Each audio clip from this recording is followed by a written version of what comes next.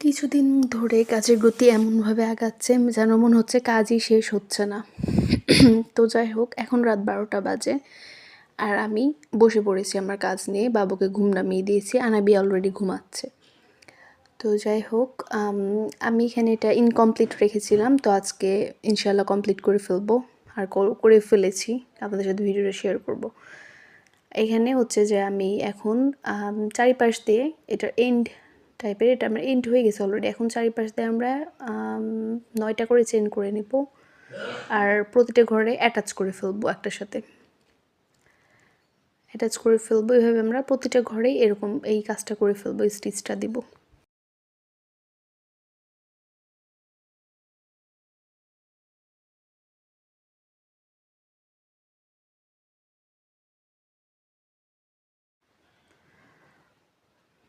এবার আমরা এই স্টিচটা দিব প্রতিটা ঘরে।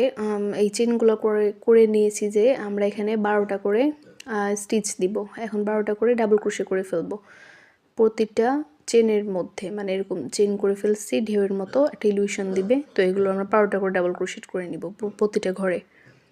12টা করে ডাবল ক্রোশেট করে নেওয়ার পরে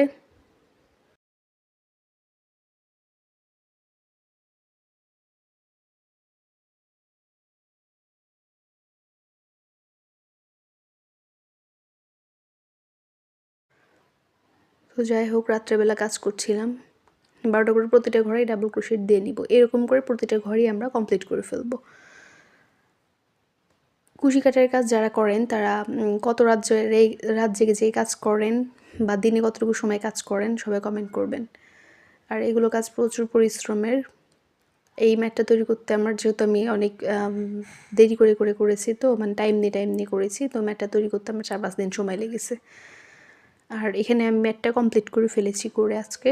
এটা হচ্ছে একটা ছোট্ট 14.5 ইঞ্চির টেবিল ম্যাট, 14.5 ইঞ্চি, 14.5 ইঞ্চির একটা ছোট্ট table runner, corner table runner. তো কেমন হয়েছে সবাই জানাবেন কমেন্টে।